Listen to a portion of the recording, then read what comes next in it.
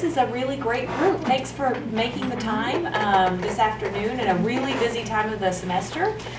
We're really honored to have three great panelists with us to discuss invisible disabilities, and we're going to focus specifically on learning disabilities, ADHD, autism, traumatic brain injury, and others. And this forum will provide an overview of strategies to ensure inclusion in higher education for students with those disabilities. The panel is going to focus the conversation on the specific questions and concerns of faculty here at UMass Boston. And of course, hopefully conversation will stir up even more discussion. So Virginia Perelson, Ginny, is here with us from the Ross Center for Disability Services. She directs the Ross Center.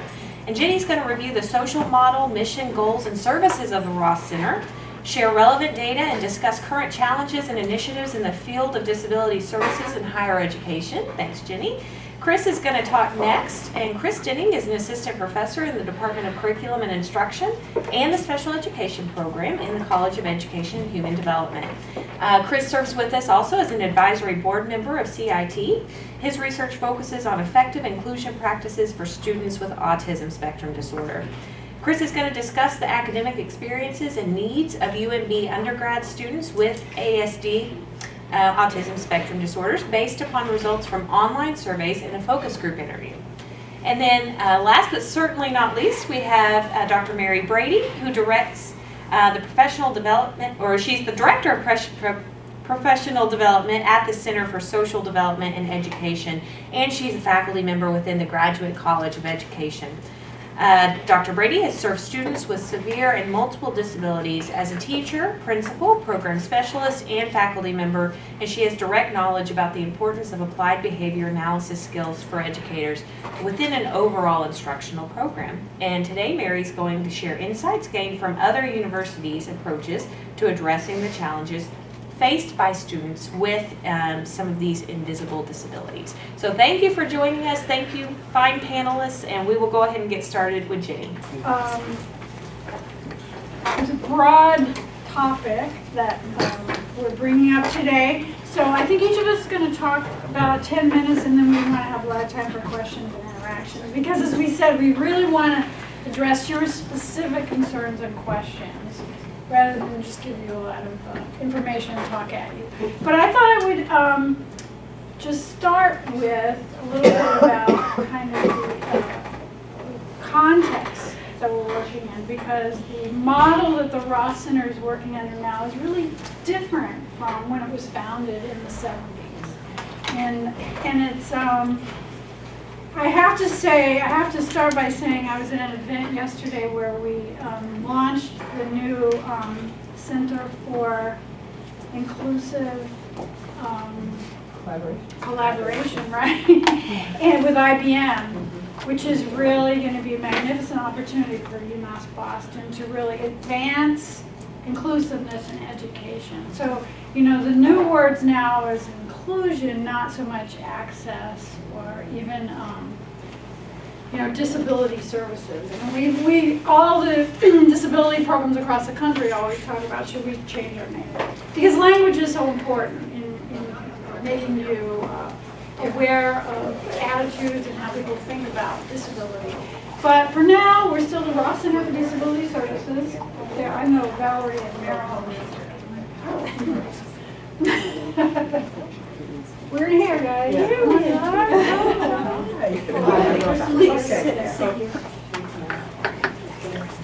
So the Ross Center was founded by Lillian Ross, who was a woman who was blind, and the original purpose was to have tapes for students who were blind so they could listen to books. So it was in the 70s, and before the Rehab Act and all the changes that have happened. So now we're at inclusion. Or yesterday they were talking about the words assistive technology don't even apply anymore. It's really about productivity tools. So it's becoming, you know, as more and more students are coming to college with more serious impairments due to the laws changing and technology, we face different challenges. And these students have higher expectations. And that's what we were talking about yesterday. These students plan to go to work. Students with serious disabilities. And so we really have a lot of responsibility in terms of education. So I just wanted to talk to you about, for a second, about what the social model is versus the medical model, which most of us were probably most familiar with when we talk about disability. And the difference with the social model is disability is really a form of diversity. It's a difference. It's not a deficit. And it's not, I'm just going to use my little notes here. Disability is a deficiency or abnormality is the medical model. Disability is a difference is the social model. Being disabled is negative would be the medical model. Being disabled in itself is neutral, is the social model. Disability resides in the individual is the medical model. Disability derives from interaction between individual and society. That's what causes a disability in the social model. There are impairments. People have physical impairments. People have sensory impairments. That is a fact, but they aren't necessarily considered themselves disabled. It's, how does that impairment interact with the environment? The remedy for disability-related problems is a cure or normalization of the individual, is the medical model, whereas if you modify the environment or change the interaction between the individual and society, that's the social model. And in the medical model, the agent of remedy is the professional who affects the arrangements between the individual and society. The social model is the individual or the advocate can affect the arrangements. So we're talking about self-empowerment, students becoming more aware of, the barriers that they face in the environment. So this is what drives all the programs and services at the Ross Center currently.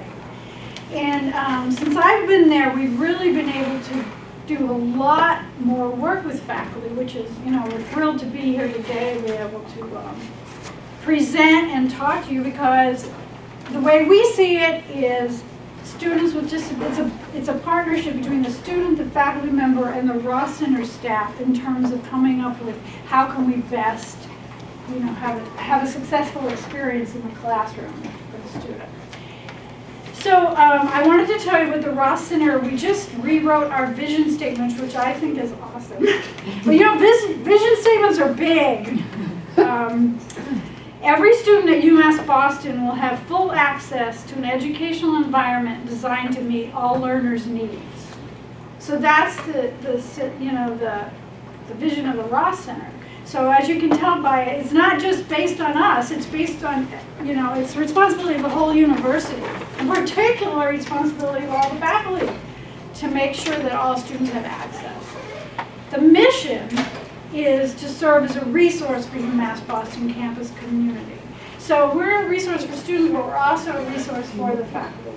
And, many times it's not a black and white solution.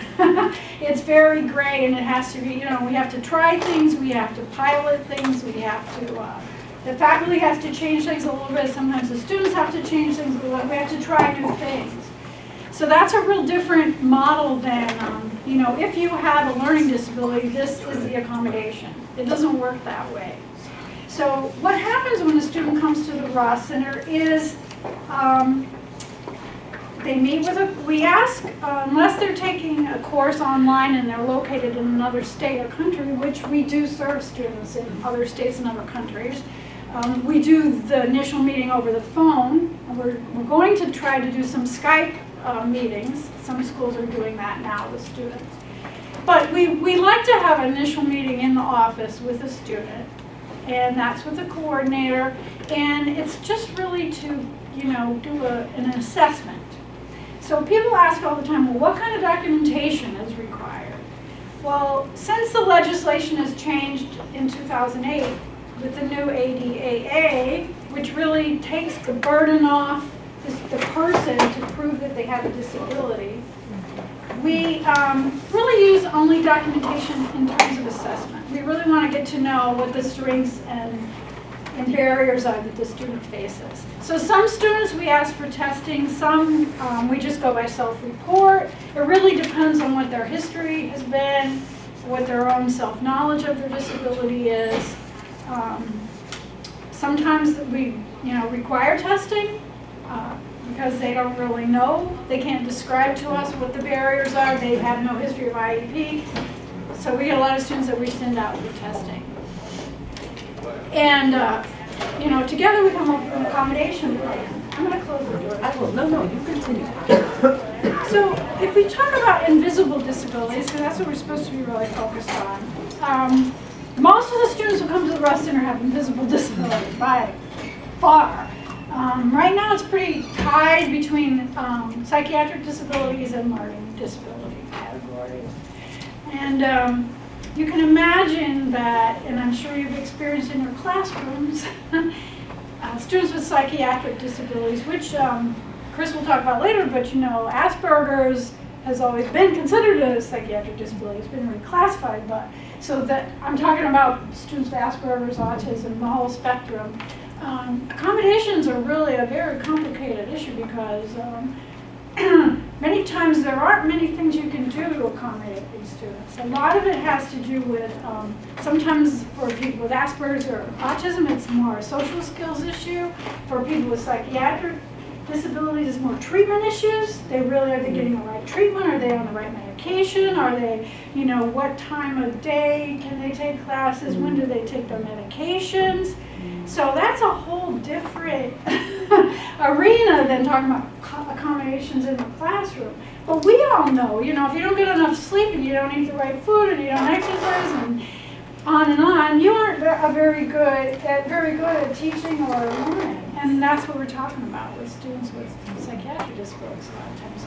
I mean, when I first came to work here, because I worked in the field of mental health for years and years, and so I had been with people with lots of serious mental illnesses, but never in an educational setting. And I was like, this is really curious, because I really didn't have any answers for them.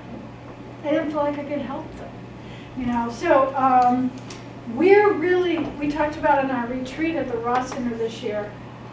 Our mission now includes a stigma reduction mission. We really believe that help is out there for students. If we all work together, we can really make a difference, but they have to acknowledge and ask for the help and treatment that they need, and so that's really a stigma issue. So one of our big goals is to work to reduce stigma as well around disability. And I was just meeting with a professor the other day in rehab counseling, and she said the research is really clear that students who seek accommodations do a lot better than students that don't. But only probably 2 or 3% of the population here comes to the Ross Center, whereas we know it's over 10% have disability, and that's across the country. That's the norm. And so, not only are we trying to fight stigma, we're also trying to recruit students with disabilities, and that's where we can work together as faculty to, I don't get these questions so much anymore, but sometimes still, well, how do I approach the student, or what do I say, or, I'm afraid to say the word disability. And first of all, the law is you don't want to discriminate. If you're a teacher, you're, allowed to ask the student if you can help them, or you've noticed, they're having problems with their assignments or having problems in class. Here's some of the resources that can be helpful to you. You don't have to be afraid of, breaking the law because you're in the role of, teaching. That's your job. So I get back to the first point I made really is we want to work together with faculty as a team to try to get the, more students into the Ross Center so we can provide the help and supports that they need. So I don't know if we were going to do questions at the end. I think our thought was at the end, but if people have Anybody have any questions questions or now, reactions right now? you can be open. Yeah, something that maybe we want to talk about at the end, but I want to plant this seed now, is the difficulty I had in providing outreach to a student who's an international student, who's from Korea, who, based on my observations, thought maybe, he was having a few distractions in his thinking, but culturally speaking, he did not at all want to hear about any type of Ross Center support service. And so my question is, how can you help us best meet the needs of an international population, get beyond some of the stigmas that are out there, let alone, students Right. for whom English is their first language, or students for whom English is not their first language. Just a lot of those sort of unclear messages. And does the Ross Center have a Right. basis of support for that? Right. Well, we're all learning as well, and I think it really speaks to the issue of universal design again, because then all the students, no matter their age or nationality or whatever, their needs can be addressed. But I think the other thing to think about is more allies. All the international clubs or student groups or services. We work a lot with Anna Peasy that works with Asian American students. We work a lot with them. And they're kind of experts in terms of the cultural things, and we're more experts in terms of disability, and sometimes if we kind of work together, we're able to engage the student. The other observation I have that for international students, they tend to be open to teachers who come from the same background. I noticed. That's true. Great So idea. maybe you That's can find a very colleague true. which has similar cultural background. They might be willing to talk to that Good person. point. That's right. Thank you. Other questions or comments? Thank you. Just a quick question. I had a student in one of my classes last spring, so it was less than a year ago, who said that he was pretty sure he needed to be tested. He felt like he was distracted and missing a lot of stuff. And he said he came to the Ross Center and he was told that he had to come with his having been referred, he had to have been tested elsewhere. And now I'm hearing that you do testing there. Am I misunderstanding or? No. Assessment, I said assessment, but I just Okay. meant more gathering of information. No, we don't do any testing here at UMass Boston. They have to go to a provider, we refer them. The only barrier that exists is the health Right, insurance. and this was an issue for him. Yeah. But if they have the UMass health insurance, they have a really good policy in terms of getting the testing covered. And do all students have to have at least the UMass coverage, or? Well, everybody has to have the health They insurance. have something. The right? real bad That's one is true. Mass Health, which is, Right. but again, they can get it. Right. It's just, sometimes it slows down their motivation because they have to go through the steps and the bureaucracies kind of thing. I mean, it's just the way it is. But because we don't require the test. That's what I'm saying, we don't Right. require it. Sometimes it's really beneficial sometimes to students, but. I just know pediatricians that can diagnose ADHD. So you don't necessarily need a full Testing. neuropsych for something like ADHD. For an adult, you can. But the Yeah. testing is what helps them understand what techniques, and strategies and kind of what's going on in their brain. I'm not saying that testing isn't preferred, but is it a necessity for them No, to get services. to get no. services if they have a diagnosis? Well, yeah, they don't even need the diagnosis, is what I'm Anymore. saying, yeah. Okay. Right. Sorry, just a really quick question. Has there ever been a time where testing happened at the Ross Center? I'm wondering because there's a clinical psychology PhD. Yeah, there's a lot of issues with that. There that has has been explored, but has there ever been a time where Mhm. it happened or seemed feasible? Mhm. There has been, but it wasn't successful. Okay. Is that legal issue or? Well, there's a conflict of interest for one thing, because somebody's requesting the school to test them to see if they can get the services at the school. But some schools get around that. I mean, it's not really, people, I don't know, I always get a lot of questions about it, but we don't really get that much at the Ross Center from students about it, because we don't require the testing, so, I don't think it's a barrier anymore for people. I have a quick question. Sure. I have some people coming, students coming to my class. The first class, they have a paper from Yeah. the center requiring some accommodation. But that happens like a couple of times. Students come to me asking something special, and I say, have you talked to Ross Center? There's no paper. They say they have talked to Ross Center. I called Ross Center. They say, they're not so sure. So there's no paper form from Ross Center to me, asking for special accommodation. I don't know. Is I'm that? sorry, I missed the second part of what you said. You said the students said they called the Ross No, Center. yeah, they say they have some issues, and they say, have you talked to Ross Center? They say yes. So I say, who do you talk to? And he gave me the name. So I just, but there's no form from Ross Center. Right. So I called the person, and the person was a little bit like not willing to say yes, but not willing to say no, but is not willing to give any form, any paper documentation saying that. So I don't know what to do. Right. Is that- Well, right. If they want Credibility accommodations, they are required to give you a form. They should It's give- a faculty letter. Okay, so yeah, the form said they Right. require certain extra time, or Right. I should get a form from student. Right. There shouldn't be any ambivalence about it. I'm not sure what that's about, but yeah. Several years ago, but Well, we get a They'll lot do of faculty who contact and say that the student came in and told me they had a doctor's note or they want extra time or whatever with no letter from the Ross Center. Students do that a lot. Yeah, but- At least I don't give it to them. but so we should have asked for the Ross Center. Yeah. Yeah, Mary's a big proponent of that, right, Mary? It's Let not me fair just. to other students, and it puts Right. you in a real bind. Yeah. We want to be gracious and kind, so what I'm trying to do is to set up my assignments so that built into the assignments, they can break it down into chunks. They can turn it in and get feedback in little pieces.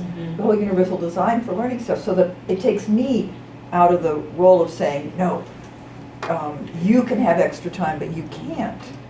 Do you know? 'Cause Everybody gets. And I It's very didn't mention important the to know those syllabus statement, strategies. but, it's That hard. will really make,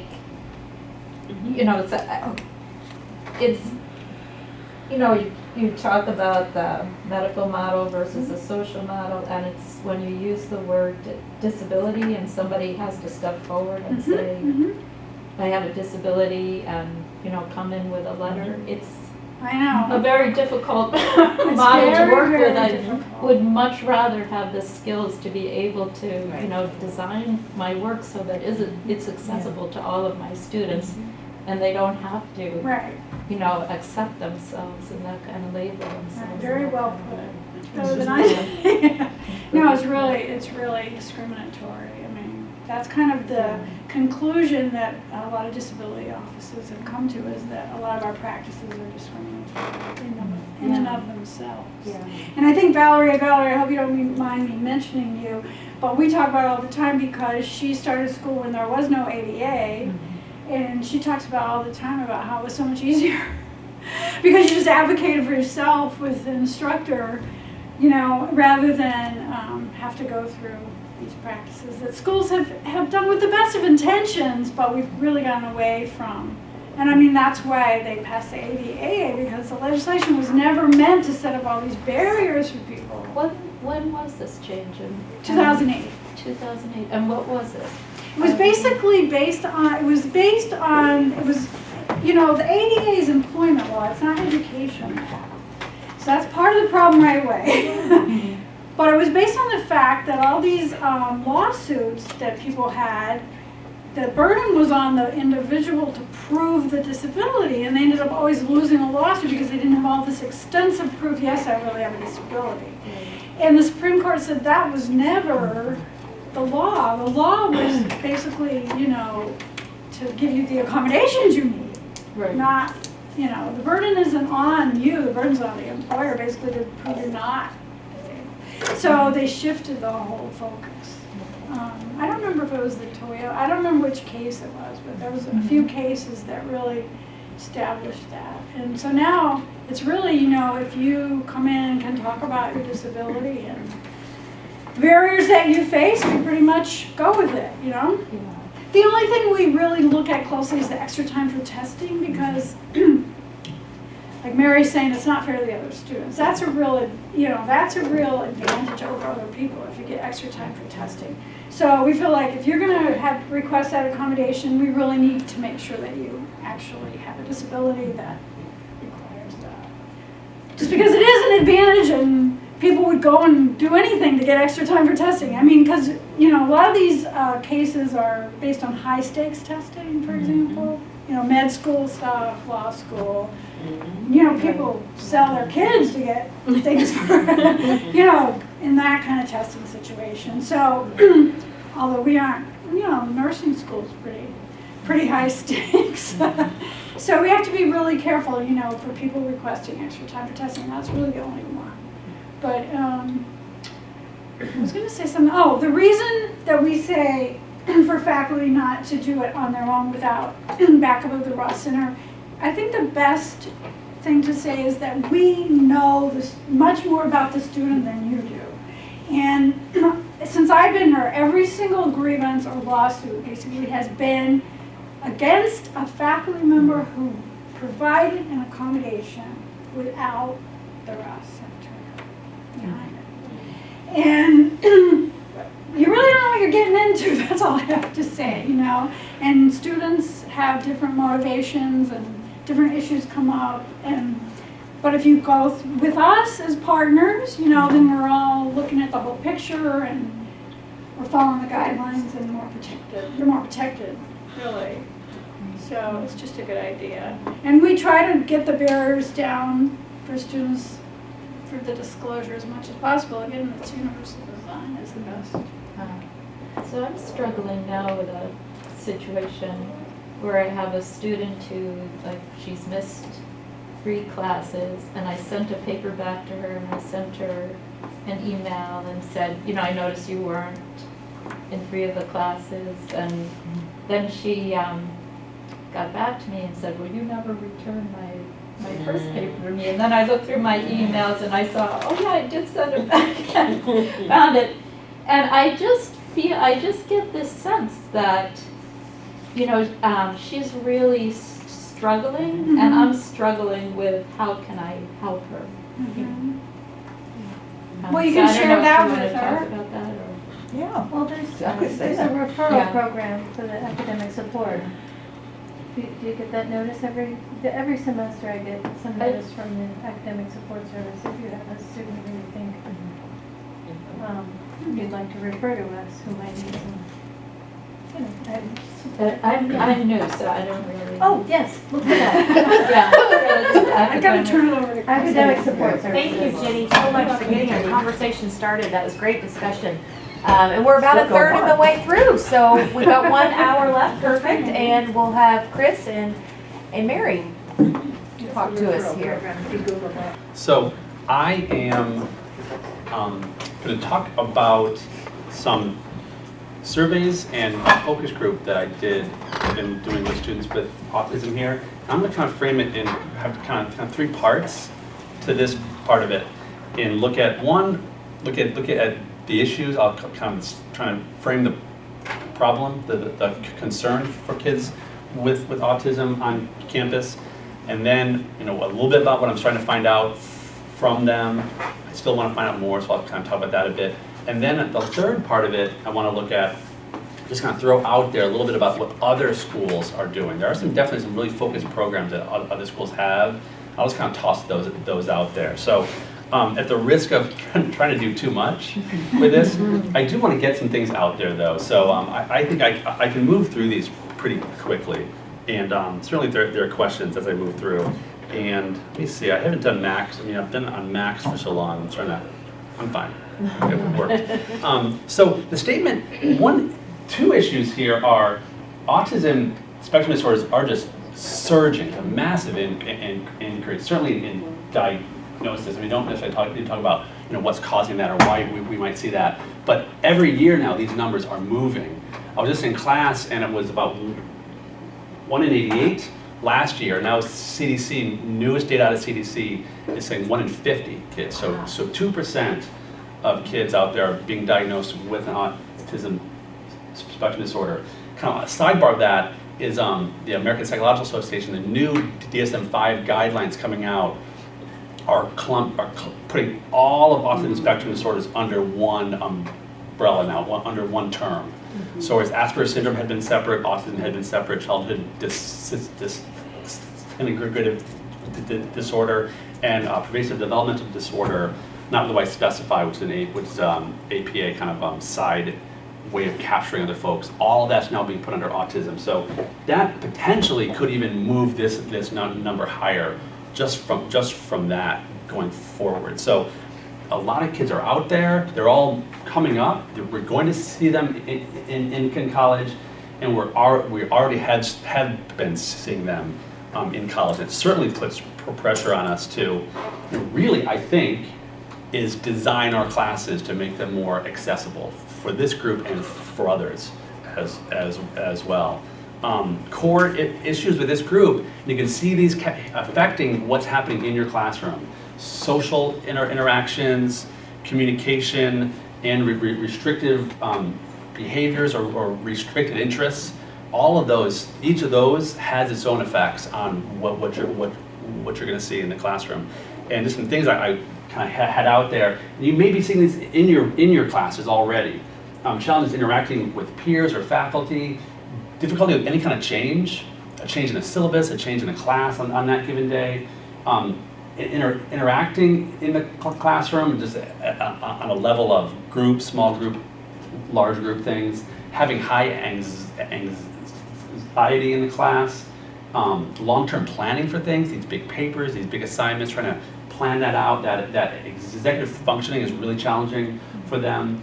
And access to services is a real challenge, just figuring out. I mean, personally, I have a hard time figuring out places to go, how to get them, things that are out there in this school. As I advise, as I figure out for myself, I know it's challenging for kids with disabilities here. And this idea of kind of misinterpreting peer or faculty interaction. So they may not get the flow of what you intend with them. And then the last part of this is long-term outcomes are really challenging.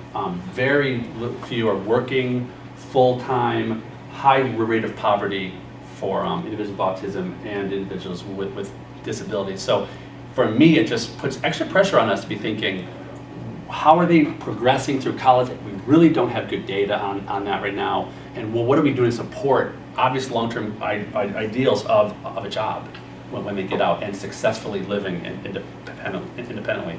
So Ginny and I kind of started talking about this 2 years ago now, and it's been kind of a side project for me as I looked at it.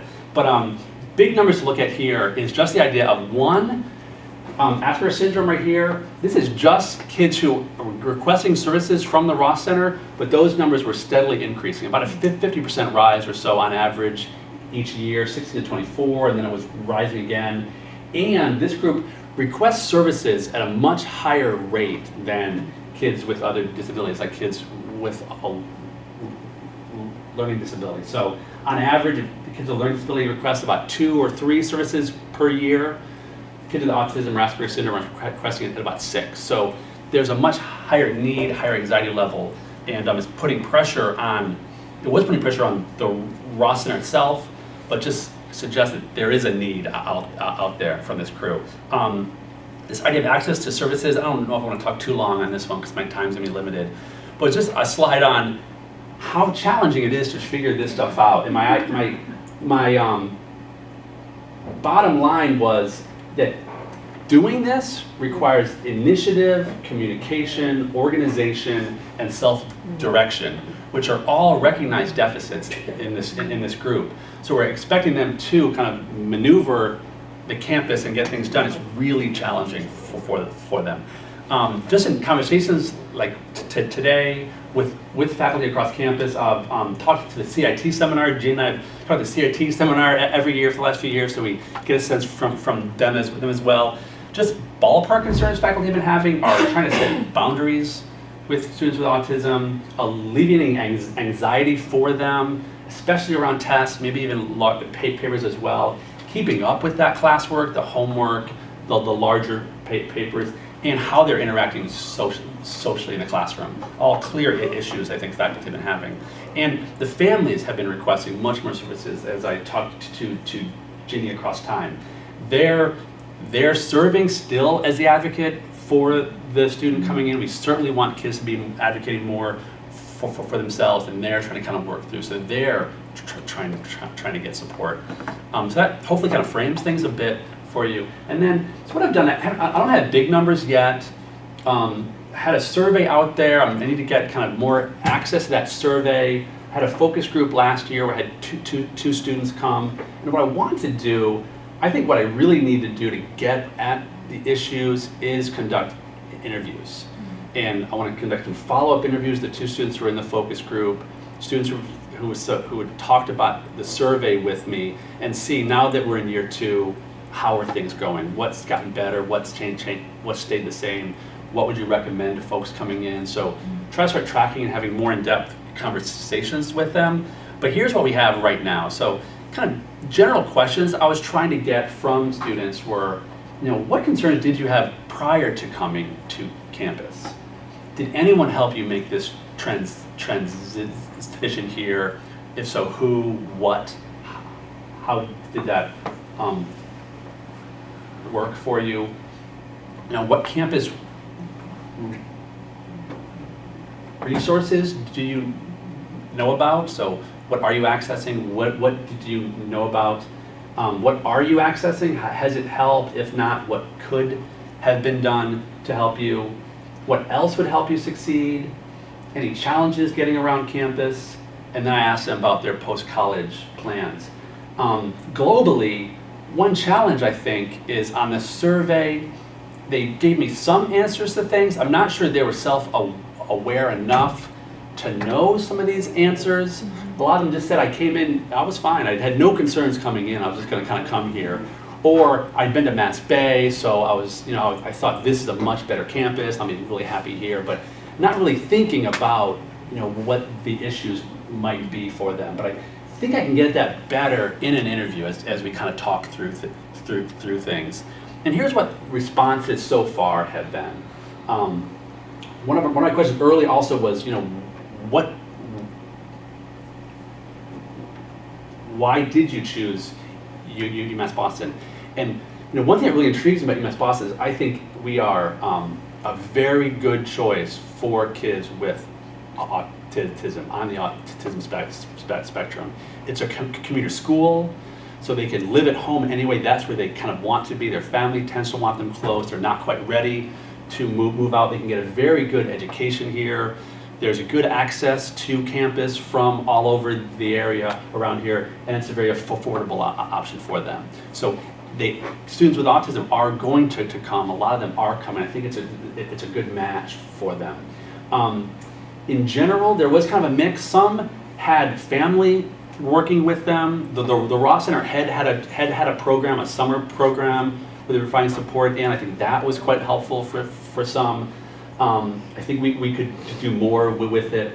But big picture, some of them were just saying, there was no one there on the first day, so they were kind of on their own on the first day when they came. And then they would talk about a little bit about confusing in the library, trying to navigate that, but they're able to get support staff. This one is interesting to me. Cafeteria is confusing, they don't even go there. And that, most of my work has been kind of K-12, and that's what we see there. These kids don't like PE, they don't like gym, they don't like the cafeteria. These are really overwhelming, loud, confusing situations for them. And I don't think it gets any better here when they come here. So I'm going to talk about help with financial planning and advising. I think advising is kind of all over the place, but some of we're talking about wanting more support in advising, especially for non-degree students. I think that could be one niche here of students who haven't applied fully in, they're thinking about this, or trying to take a class or two, and so they have even less connection and less support with things. Academic support really started to jump. So the next two are kind of academic support and social skill areas. So quite a few of the students were making comments. Again, I only had 7 respond so far to the survey, so having 3 and 2 is a bigger number on that. Talking about tutoring services, wanting more support for them. A couple talked about a note taker, any support with time management, support kind of working on these longer term projects, essays, something to check in with, just kind of, I think that's what Ginny was saying in the Ross Center for some. They just want someone to check in with, right? At an open house, we open our office and families come in. whole families, and every single one has Asperger's. And every single one asks if we have individual coaching. Every single person that comes there. So I think And it's like maybe, 25, 25 families came at the last one.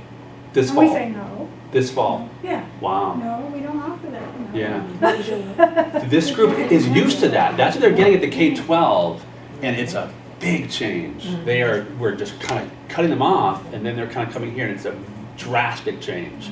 And we talk about these changes from elementary school to middle school, where you've got lockers, and then you've got to high school, and you're passing classes, and assignments get bigger. These are big changes, and they get support working with them.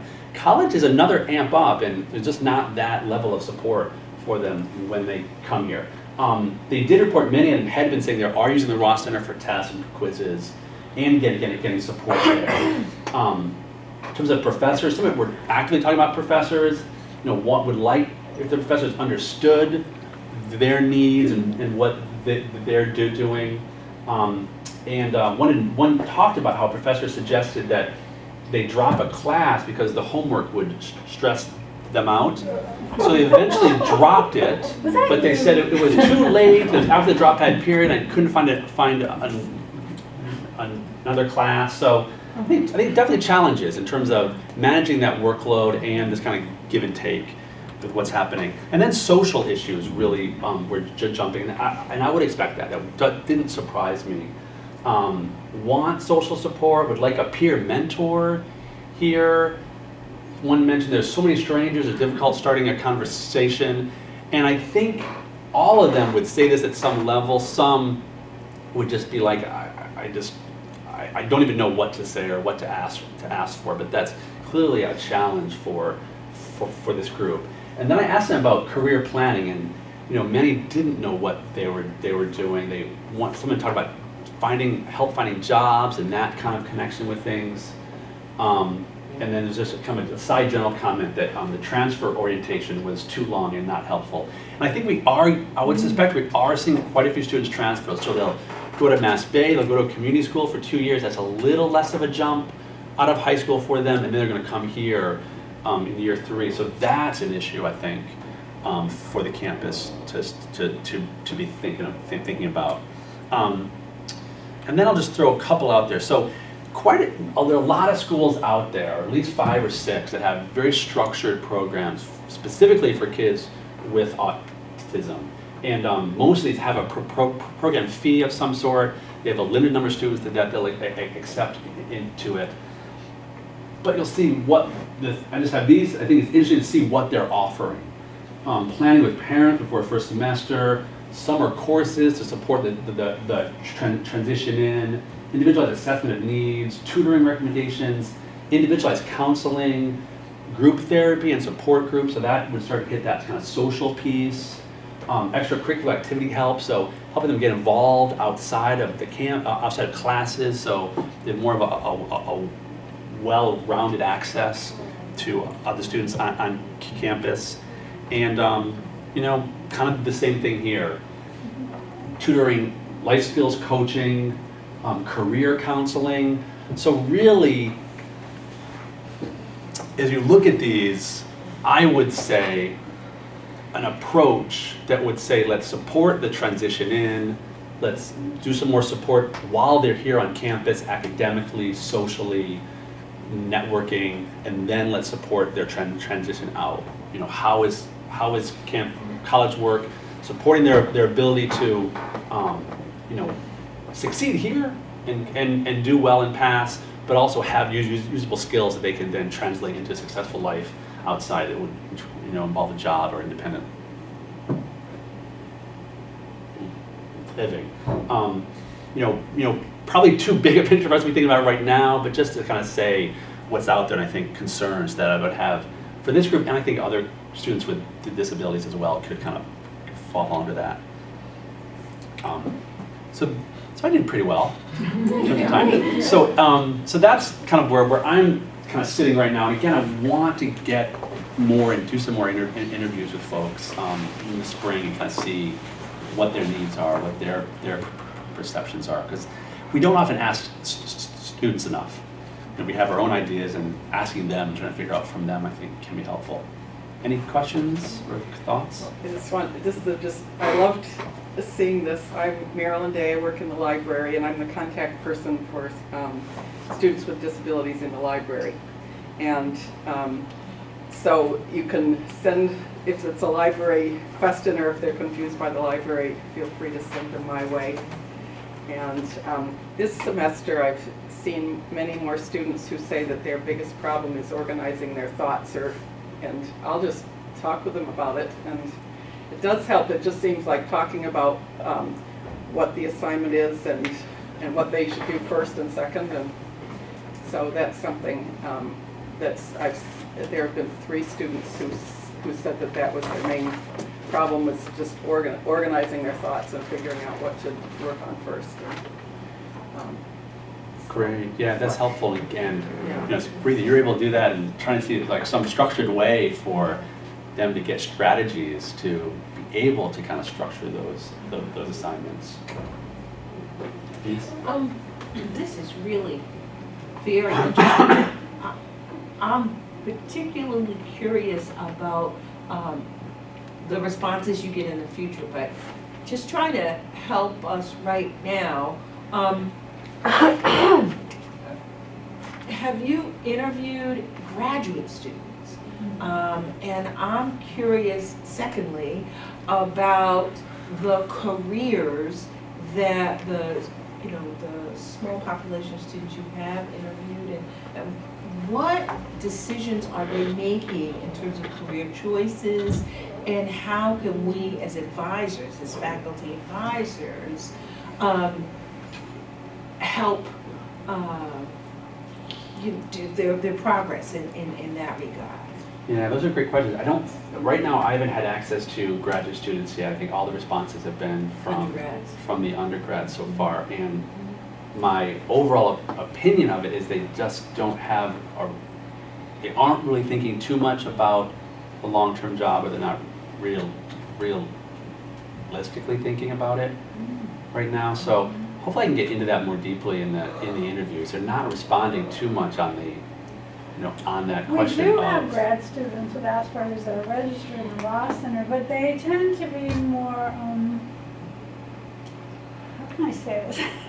Not grow out of it, but they seem to have gained some, if they make it to grad school, I think they've gained some compensatory strategy. Right. They tend to be kind of isolated people and all that kind of stuff, but they figured out how to navigate the academic environment. Right. But I do know that the employment rate is extremely low. That's what I'm asking again, of how can we better? I know the challenge that the literature I've read on it would suggest the biggest challenge for employment is the social arena. They probably have the job skills, they can do the skills, but they really struggle interacting with their coworkers. Yeah. And So, their, I mean, and what the are they bosses. doing at these other schools? I mean, what fields are they going into at Fairleigh Dickerson? Or to make sure that if this is a good match for their intellectual growth and development, that we are making sure that we are, providing the structures and the support that they can then move to real gainful, meaningful careers. Yeah. So that we can.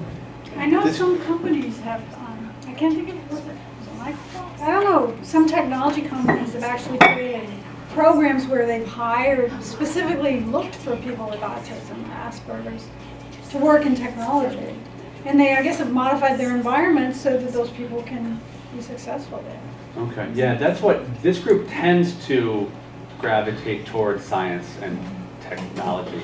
Fields where they can take advantage of their strengths in maybe math or technology or content, being able to memorize things and work with things, or their visual spatial skills, and can limit their potential interaction with peers and coworkers that is maybe both challenging and just not fun for them. So that's where they tend to kind of work on, and that's why I think we're trying to kind of steer, certainly at the younger age, we're doing a better job of saying, you've got this interest, let's take that and kind of move with it, rather than kind of trying to squash those interests, use those as potential jobs. Yeah, question? Oh, you had one too. No, just quick comments. Do we have something like this special programs? No. Nothing. Because I see it as a great value because even we charge some money, but we can get the resources and we can make sure they are successful in this 2-year or 4 years period. If we not without this support, many of them just waste a lot of time, money, and have a lot of troubles That's what graduating. concerns So I think that's I think that's a good. Yeah, I don't know. If the actual fees can cover resource requests, I don't know, but worth thinking about it. It's something we have been Maybe. thinking about. Question? So, I'm a little bit surprised or shocked when I saw about the attitude of the professor that asked the student to. It's only one. It's only one, right? I mean, on the surface, because I don't know what's the background and what's the situation, right? So, but my question is like, what happens with the Ross Center and the professor? Do you intervene in serve as a mediator in that? If the something student like came this to us, happens? we would, yeah. That's Yeah, the we thing. would. Most students aren't going to the Ross Center. They're not advocating enough for themselves to go to the Ross Center and get support. So very low numbers are actually there. So likely, though most of the students, actually all these students did have contact. I did get them through the Ross Center, so they did have maybe contact now, but they may not have had it when that incident arose, and that may have been the push to get them to go. But the Ross Center would get involved. How could we improve? That's a good question. Yeah, I don't know because I don't know what's the background, what led the professor to that point. I think the solution is this program. Because I had one student and he was in my class. I think he has this whatever. Yeah, I don't even know the name, but I have some hard time. I couldn't figure out how to deal with him.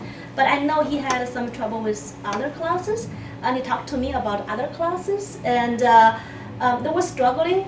And so in his other class, the professor advised him to drop class because he was way behind the schedule. But he insisted. I think good thing about it that his father always come with him for all the class, for all the meetings. So there is, yeah. But eventually he passed. But I see, Yeah, he didn't graduate. yeah, he graduated. But that I was very happy for him. But I see there was too much struggle for him going back and forth. So I think something like this will have a private tutor or one-to-one tutor will, help professor also help him. And And help him get more independent. Yeah. So because the family is very well intentioned, but at some point. So in a way, they have his to pull father, back. his tutor, in a way, but I don't know if every single family has that support. Right. I don't know. Or in the long run, if it's good It's for not a even student. good. Yeah, but at this time we don't have a service, so he has his father willing to help out, and so I don't know. And there's one stray thought I had, and that was, I have a friend who worked as a school counselor in Quincy, and she noticed so many kids that needed help with social skills, kids with autism and other kids, that she started a whole new program called Life Skills, and she started her own company basically, which is the whole sole thing was working on the social skills. And I was wondering if there was some kind of something like that where just like giving students help with the social skills part of things so that some improvement could be. The Asperger's Association of New England it's got millions of programs and lots for different age groups, support groups, social skills groups, everything. And we refer people to that. But it's not here, but it's actually in Cambridge is the headquarters. So it's I'm sorry, but I think it's something that Marilyn said that's, for me, really critical here, and it's not just meeting the needs of only the students with special education or the kids who have social. All of our kids benefit. I remember, or all of our students benefit in this context. That I had a student who needed a signer in my class, and it impacted my teaching that first couple of weeks because I had to slow down, I had to really think through how I was framing what my language use would be so that the woman who was signing could make those sort of conceptual and theoretical leaps for the student. But all of my students benefited by my consciousness as the professor and really, now, you know, I have to think every week now, what's the essence of what I'm trying to mean here? Yeah, I'm sorry, I'm probably revealing too much, but it's true, you know. And I think some of my highest evaluations were from the times when I had supports there from the Ross Center that made me far more self-conscious of my own pedagogy and what I was doing, and all of my students benefited. So I'm thinking about that in terms of social skills, that we know that whatever a particular need, all of our children or young people have individual needs, but in today's tech stuff, the social skills could probably be very helpful for all students, and so we can just ratchet up our meeting the needs of our entire population, which I think you were sort of coming to a little Yeah, bit. so I taught middle school and high school for 10 years, and that was my experience too when I had, you know, students with disabilities. It just made me a much stronger teacher because I started to think about, okay, let's do this visually, orally, let's get, you know, people more involved in the process, and, you know, it just, everybody benefited and I grew as a teacher, so. And So that's this a is- good segue into Mary's Thank you. talk. Oh, did you want to add something? Thanks, Chris. Thank you, Chris. There's not a lot of research on universal design for learning and higher ed. There was just an article in February, in fall, that relates exactly to what Denise is saying.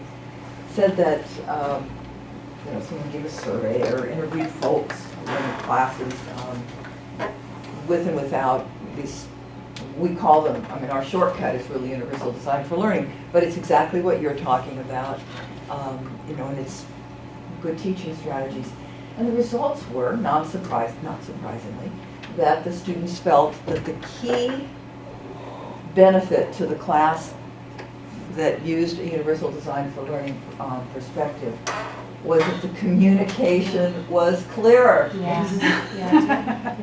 Look, I'm very, and that's what, presenting the content in multiple ways, making sure that you're consistent around the essence and the language throughout your lecture, making sure that you chunk down the pieces that you want them to know, that you look at your assignments to make sure that you know what you're really asking them to do. Do you really need them to write it, or can they do it in other ways? What are you getting at? These are all just about good customizing and communication with students. So it's pretty amazing to me that we just have lots of fancier words to talk about good teaching strategies. Yeah. Okay, that's why we're here, CIT. The first note I wrote to myself was, wow, the fact that you collectively are asking the question is huge. It is, it reflects it reflects your own sense that first, that it's a collective we, that we have a responsibility. It's not only, oh my goodness, I have a student who seems to have a disability, which is and let's talk about that in a minute too. So, now what was the Ross Center number? Now, what are Valerie and Ginny doing at this moment when I desperately need them? No, these are our students.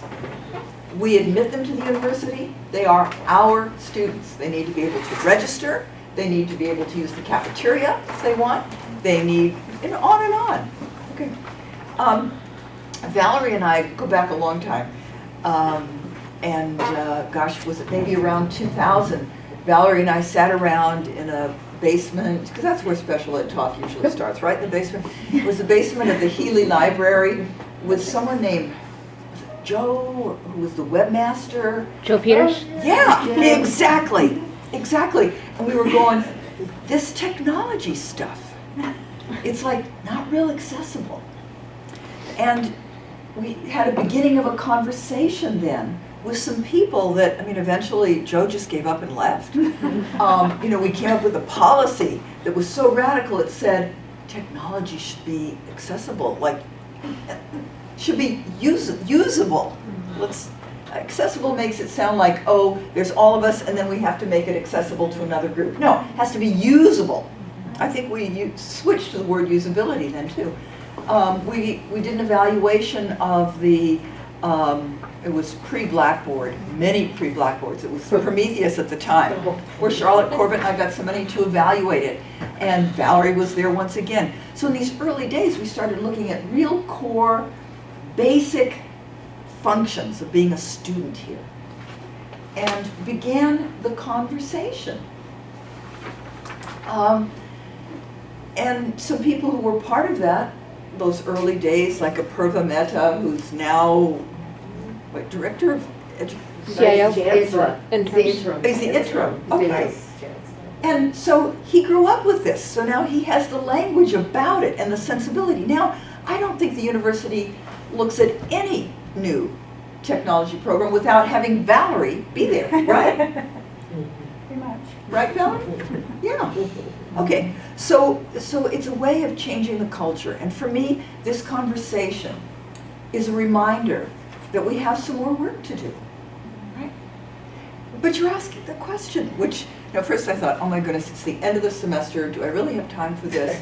I should be grading papers. And now I am so energized. I am so grateful to you for having us come. You know, I feel like we're not even in the basement again. We're in the dean's quarters. Okay, so here we are. So there's, you know, here's the gold standard. What's interesting to me, as I was thinking about us looking at what Chris provided and the students there needing to pay extra money to get the supports that they need so they can have the coaching and that's beyond academic support, and that they limit the number. You know, I thought, oh well, this is pretty fancy stuff. It's a state university. You know, we can do this too. Because University of Washington is, in my opinion, I mean, you guys, Chris and Ginny are more deeply into this, and certainly Valerie. But University of Washington is the gold standard for innovation around supporting people who learn differently. You know, I don't even know if they call it disability services anymore. You know, because, for example, you know, I have students who come, I have had a student come into my classroom who says, you know, I have a disability and it's verified and here are my problems, you know, my challenges. Well, that particular set of challenge didn't match the particular set of things I was going to ask the student to do, so I'm sorry. You know, no extra help for you. I mean, that didn't come out exactly right, but to say that, to think about people as the student is a student with a disability, that's not the first thing about the student. Because much of how we organize and set up our coursework can reduce the challenge, you know, between the match, or can increase the match between what we ask them to do and what they're able to do. Okay? So it's really looking at that match and not what their disability is called. And it sounds fancy, but it's, I think I see some faces, some heads nodding here. It's pretty much the truth. All right, so the folks at University of Washington have been doing for, a long, long time. They do some of the things that Chris's students were saying that they wanted. For example, I've listed 5 of the services that are current on their website, and one is college transition, which means they start with students coming into the university. They have a disability awareness, which I think is getting at what you were saying, Ginny, about reducing the stigma. You know, And then this one is of interest to me because I'm from College of Education. Internships and practicum access. Huh. Now that's a concept. If we really do believe that we want to increase diversity in our professions, and we set up practicum and internships as a way, as a gatekeeper to rule people out rather than figuring out how we can accommodate, make them work for people, then we really are not practicing what we preach. And I have a student who came all the way to the student teaching practicum, which was the first time I met the student, and the student clearly had emotional needs that would be a challenge in a classroom. And so somewhere earlier on, someone wiser than me would have sat down with the student and said, hey, let's talk about your career choice. What are the things that you need in your career environment that are going to work for you? And we could have worked on that in terms of figuring out if teaching was the right career and then helped find the environment. I mean, duh, this is our field. I was in special ed at the time. But I didn't do a good job of that. No. Library and lab access. You know, it makes me smile at times when, and I'm sure you've found it in your own lives professionally, when there's a person who's involved in doing a job, you know, it's like their job, who happens to be, by personality and style, you could not imagine a better person. And I've come to have great respect for Marilyn, who is, for me, the absolute best person to be sitting behind that desk and helping students organize and think about what they want to do, what to do first. I'm not trying to increase numbers of students for you, Marilyn, but That's fine. but Marilyn is, you know, she's not part of the academic support, but she's somebody that Ginny's hooked up with, right? And you go back and forth with that. Okay, I think we need to do more of that on campus. All right, and so that's the fourth bullet point. And the fifth bullet point is universal design. Okay, that's the word that we use to really mean good, clear teaching. There are some principles, there are some guidelines, and let me show you what some of the other universities are doing in addition to the folks at the University of Washington. For them, within Universal Design for Learning, they look at it in two ways. One, the classroom instruction, which is what we started to talk about, and the other is the university-wide technology systems. I think we're better than some in this area, but I'm not sure that we have, except for Valerie's presence, that we have a consistent way of making sure that everyone who's new even knows that there are concerns, the workarounds. So I think we still need to do a better job of conveying that information to the people. So the whole state of California, their state university systems, they got a big grant, and that's my next slide. I've titled it University Models Student Support Beyond Academic Support. We can't ask Ginny to do it all. We could. We could, but That's what we do now. yeah, exactly, exactly. All right. So California State University received a statewide grant, and they have a website. The reason I gave you handouts is so that you could have the links. Is there a place where I can put this so that people can just click on them? Absolutely, Camille's on top of that. Okay, so I'll email it to you, and it's not that the slides are so fancy, but they've got some good links. And Cal State, the Cal State system is really looking at working with faculty to embed, infuse, to rethink some of their teaching in the ways that you've talked about it, the ways that Denise has mentioned.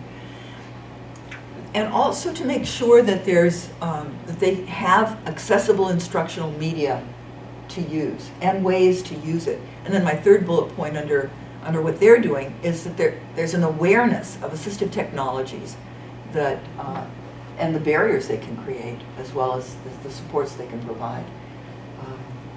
And if we do online sessions, you know, we need to make sure that we've checked in to make sure that how we've set it up is accessible for all students. And I'll say it's relatively simple. It's simple for me because I know who to go to tell me about it. It's not simple because I know about it. But I think we need to make sure all faculty know that. All right, and the third university that that I've got up on a slide for university models beyond academic support is our own Boston College, our own neighbor. And what they've done is set up a campus-wide advisory committee and task force. They have a mission statement that says, in the Jesuit tradition, everybody belongs. How can we make that happen? My interpretation of it. All right. So there are three things that are of interest to me that they put out as being their main challenges and commitments within their vision statement. And one is, once again, universal design for instructional improvements. That seems to be a place to go for looking at how to organize your courses. There are lots of different models, but UDL is by far the strongest one at the moment that we can rally around. And then number two, assistive technology and web accessibility. They want to make sure that that's available to all of their students. And then number three, Boston College is starting to do some conferences on access. I think mainly on system-wide technologies at the moment. But they're starting, and I think that that's something that we might want to think about joining in with. All right, so these are three different places, and if you think back, all three of them are looking at the same thing right now. Making sure that their university-wide technology systems are accessible. I remember when Valerie and I were sitting with Joe in the basement, and there was this big innovation at UMass that they were going to have these kiosks for registration. Well, the kiosk desks were like up to your chin. So you're a wheelchair user, and there's no way you can reach up and use those computers. We just hadn't thought, right? So we're a lot better than that now, but there's still more to go. So universities need to look at those system-wide technologies. Also to talk about faculty development around using universal design for learning. Those two are common threads. Now, certainly our bells and whistles people at University of Washington have gone beyond that. But they're the only ones that talk about looking at the students, figuring out how to help them come onto campus. They have student support groups where students are online. They're online user groups and support groups facilitated by grad students, by grad students with and without disabilities, to help people navigate the campus. And so it's the piece about student support. You know, the stuff that responds to what Chris is cutting edge here in helping us be aware of, that I don't think we've done much system-wide for. And for us as faculty, we can give extended time. We can chunk out our assignments. But we can't reduce the terror and the concerns that our students have getting into our classrooms. You know, I love that I'm sorry, tell me your name again. Katie. When Katie mentioned that a student was gone for 3 times, I have in my syllabus, you know, you're out twice and grade drops, you know. But Katie reached out to a student being concerned that it was more than just the student was watching the soaps eating bonbons, that it might be a real issue and concern for the student. Well, word's going to get out soon that Katie's good about that, and then she's going to be overwhelmed. We need to build in systems, I think, within the university, right, who will be partners for Katie when she runs into a situation like that with students. We can't do it individually alone. So I guess I'm thinking that maybe we need at the Dean's Conference level, sort of what we did with technology way back when. You know, maybe it's time to revisit that. And Mary, can I make a comment? oh, please. Yeah, I think, if I think about the whole thing, and I hear this everywhere I go, you know, the students we have now are not the same students that we had 10 years ago. And the way our universities are designed and the way we mostly teach and do support services is the same as 10 years ago. And it's just, you know, trying to catch up. And one of the issues is that the students every year are changing. So we have to catch up and we have to keep changing, which is very, very challenging. But I think that the other thing is every school has its strengths and weaknesses, because I'm familiar with all those schools, and I can tell you other areas where UMass Boston is way ahead. So I don't want you to get the feeling that, you know, these schools are exemplary and we're not. Just to be clear about that. Because we have a lot of strengths as well.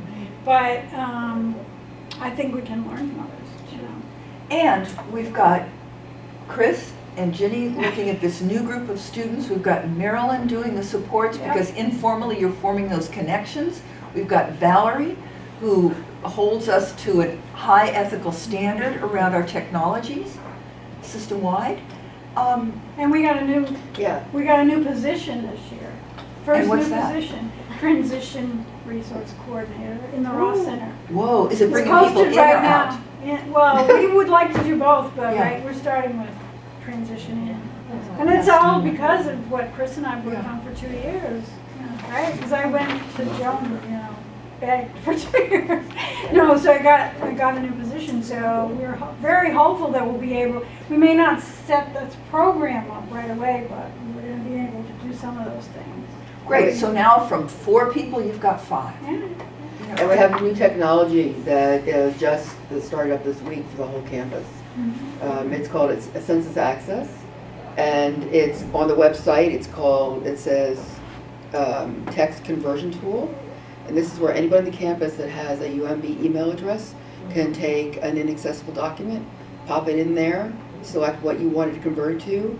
It goes off to their website. They convert it, comes back to your email address. So you'll be hearing about this coming up pretty soon. Yeah, I am so proud of us. Yeah. And that's what these people have done. They're just a little group, right? Please. I want just one quick comment. I don't know that Asperger's syndrome seems like it's the big concern. I'm just wondering, that could be a silly question.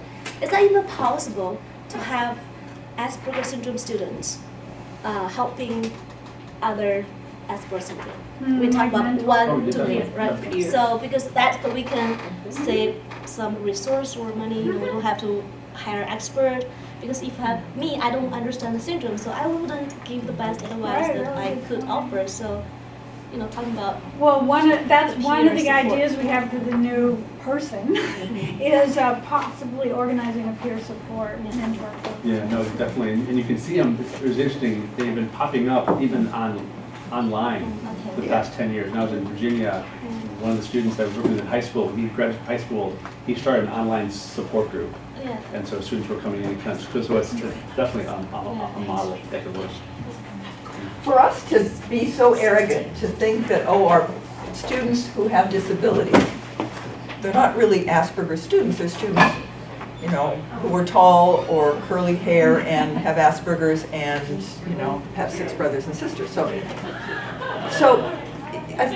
I have to catch myself thinking that, oh, if I don't figure out a way for these students with disabilities, then they're all going to fail. You know, no. But giving them some structures and some supports around getting some online networks going or face-to-face. Anyway, the slide that I have up now is just one for the URL for the National Center on Universal Design for Learning. This is out of CAST, Center for Applied Special Technologies, and the link on their website just to their work on post-secondary. I'm just floating by here something that it's the Higher Ed Opportunity Act from 2008. Oh, it mentions Universal Design for Learning. Huh, higher ed, needing to use UDL. How many of us have heard about that? No, I just asked Ginny and Chris. And we're not even sure if it's like mandatory, huh? We know it's out there. Well, it is really, but It is. no one's enforced. But we haven't been moving towards it.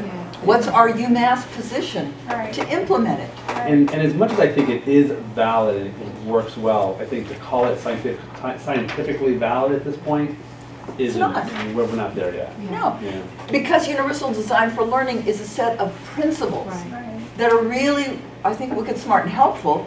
I like that the guidelines have been set up now to help me know, okay, give me 6 more ideas about how to do this, and they do, and it's fabulous.